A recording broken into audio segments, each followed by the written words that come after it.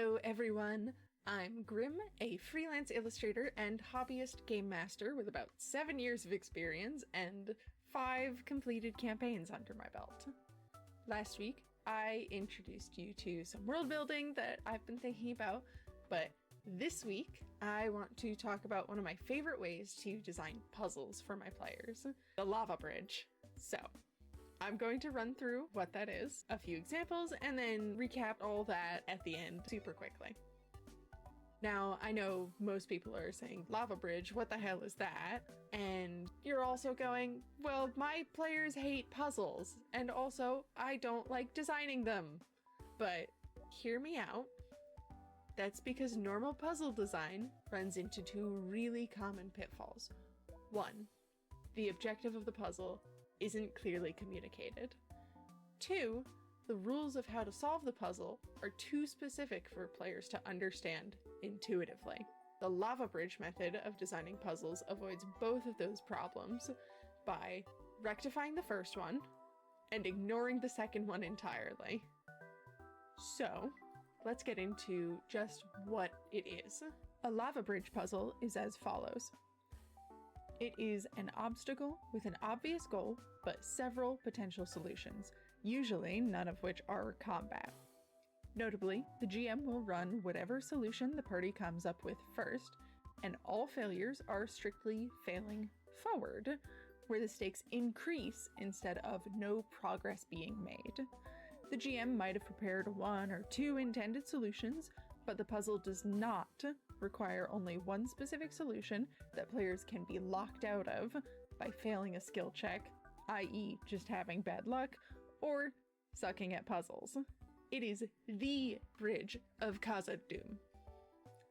So, let's get into a big old example of the lava bridge using the titular lava bridge. You approach an ancient set of narrow stairs curling over roiling pits of lava. Parts of it have fallen away, and the bridge itself looks unsteady. Nonetheless, it is the only way forward that you know of out of the mines. Behind you, you feel the roar and rumble of the demon of the mines approaching.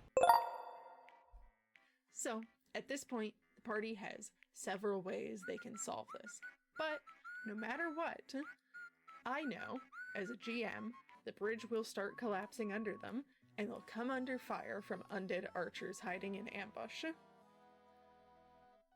So, several solutions that the party could go with. Solution 1. Just jump across the bridge desperately. This has the most tension, but it'll work. They'll probably take damage from the archers, but they could negate that with spells or returning fire themselves while jumping across. Solution 2. Use a safety rope and do Solution 1. However, if they fail a check or start falling, they can be dangling dramatically above the lava while their party pulls them up, or they just try to climb themselves up using the rope. Solution 3. A high enough level wizard can just teleport them across, dude. Just keep in mind that if you want there to be stakes to trying to teleport across, you should plan something like a wild magic surge or other magical interference that challenges the teleport. Solution 4. The Khazad-dûm solution from Lord of the Rings. Just stand on the crumbling rock while it's about to fall and lean appropriately so that it falls where you need to go and hop off dramatically. So, there are 4 potential solutions, and I'm sure that plenty of adventuring parties who know what their gear is can come up with even more. But some important notes about this example. It is extremely obvious that the goal of the puzzle is to cross the bridge. Why is that?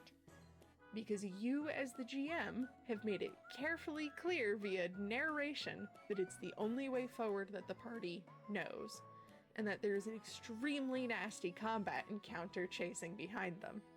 Another important note about this puzzle is that all of the solutions that we went through could reasonably work. Some of them are riskier, some of them are insane, and some of them might negate the challenge entirely. But that is okay with a lava bridge puzzle. They're supposed to be easy to plan and fun to play through. As the GM, it's your job to know the objective of the puzzle and the general idea of how it will interact with the party upon contact with them.